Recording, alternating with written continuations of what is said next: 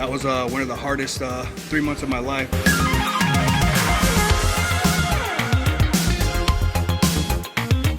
Hey guys, welcome back to another interview here on Tone In Entertainment. Today, we're at the Tripping Animals Brewery in Doral, Florida, and I'm joined by James Tapia. How you doing, James? Thank you for having me, bro. I'm a big fan of your podcast, believe it or not, because I like watching, learning about my peers, to be honest. And then sometimes it helps me learn their weaknesses, pin them in the ring, but that's between me and you, so don't let anybody know. No, we're not going to tell not one single person out there about your strategy whatsoever. And it seems to be working out because you're kicking plenty of ass here in CCW. I appreciate it, bro. I appreciate it. It's kind of humbling, but I'll stay humble.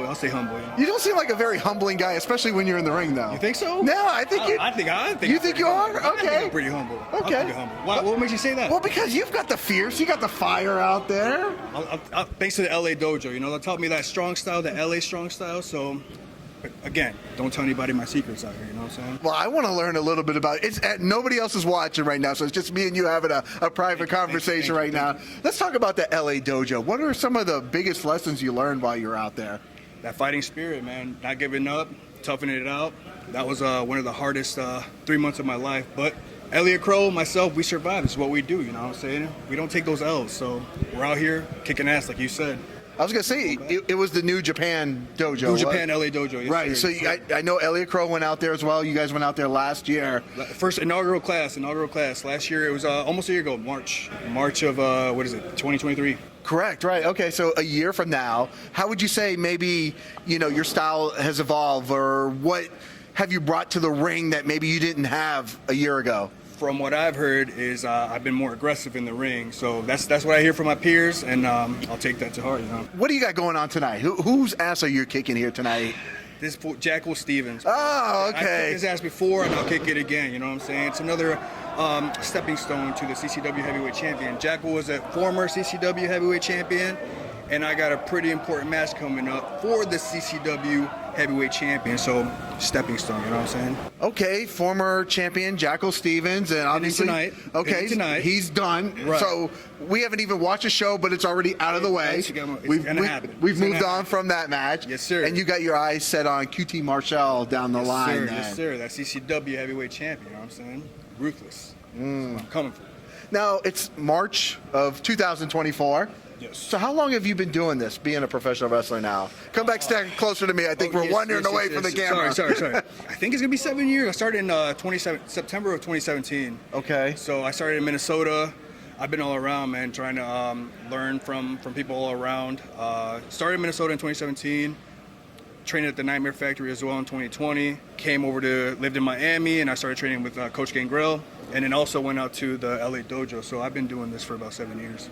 Okay, so you were in the Nightmare Factory kind of like when the pandemic happened and stuff like that? So let me be clear, I guess, on that too. QT Marshall, it was whenever the inaugural class was opening up for the Nightmare Factory.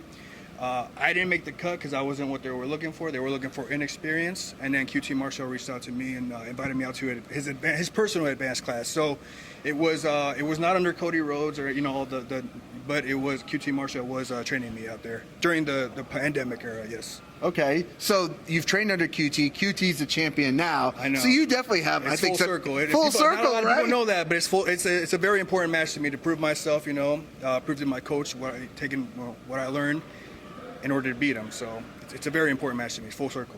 Now, a lot of things I've heard is that how important of a role QT Marshall not only plays here in CCW, but in the professional wrestling business. Yeah. Can you give us maybe your insight? I mean, for me, it's personal because, like I said, he reached out to me in a time when I had lucha tatted on my neck. It's my life. Like, literally, I had nothing going for me. The pandemic hit. So I didn't know what normal people did, everyone was down, but like to me, literally, I lived by myself in Minnesota. I had no family, nobody. So when wrestling shut down, I had nothing, and I saw the tweet, kept bugging him, and he didn't have to. I don't know why he invited me, and he didn't have to do that. So to me, I'm always grateful. Like, I'll never talk shit about that man. Like, that man he means a lot to me, to be honest. And I don't kiss nobody's ass. Let that be clear. Mm-hmm. I mean that from the bottom of my heart. So, for me, it was personal. He invited me out, gave me something to do when I really had nothing going else in my life. So important role in more ways than even what you see in the ring then. Correct. Obviously, you've got the tattoo on your neck. When your family and friends heard about you taking on this journey, what were their thoughts on it? Man, everybody laughed at me and nobody really supported me, even my own family. You know, I don't know if it was a joke, if they thought it was a joke or what, but like, as cliche as it is, you know, like me, I knew I wanted to do this since I was 3 years old. I grew up in Mexico, Puebla. Lucha is big down there, so I grew up on, you know, when I was going to kindergarten, I was like 3 years old going to kindergarten in Mexico. One of my friends, his dad was a lucha promoter. So he would always drive the van with La Parca, all the big luchadors, you know, handing like out the flyers. WCW guys and stuff, right? Okay. Yeah, so like all the flyers and stuff. I was in recess. They don't care in Mexico, you know. So I was like climbing up the trees at recess, flying off, like I was flying off the top rope. So to me, it's always something I wanted to do. People would ask me, hey, what you want to do? Wrestler? They would just laugh, and you know, they never really believed anything until now. They're supporters, I guess, but it is what it is. They're behind me. I'm doing my thing, you know.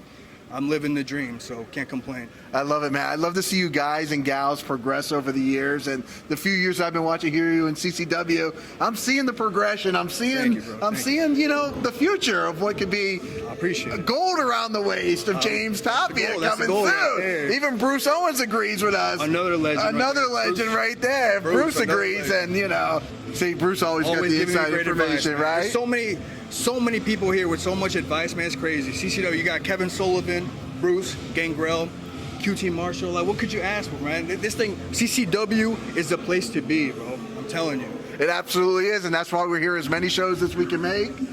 James, I know you got to get ready to kick Jackal's ass tonight. You already know what's going to happen, bro. Tell him what's going to happen. Tell him what's going to happen. I heard, or I know, because James is standing next to me and will beat the crap out of me, that James Tapia is going to beat Jackal Stevens tonight to advance to get ready for that heavyweight title shot here in CCW. But why? Why? Porque nadie en esta perra vida a mí y a Tony nos hace menos. Fierro y arriba Puebla, cabrón.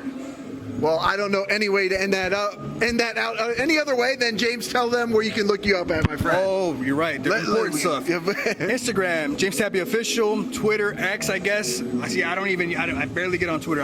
X. 3 tweets a year from me, you know. And that's pretty much it, bro. Thank you. Thank you for having me. I appreciate it. Absolutely. Guys, if you like interviews like this with James Tapia, make sure you hit that red subscribe button so you can stay tuned in here to Tone In Entertainment for future videos. Subscribe to the channel.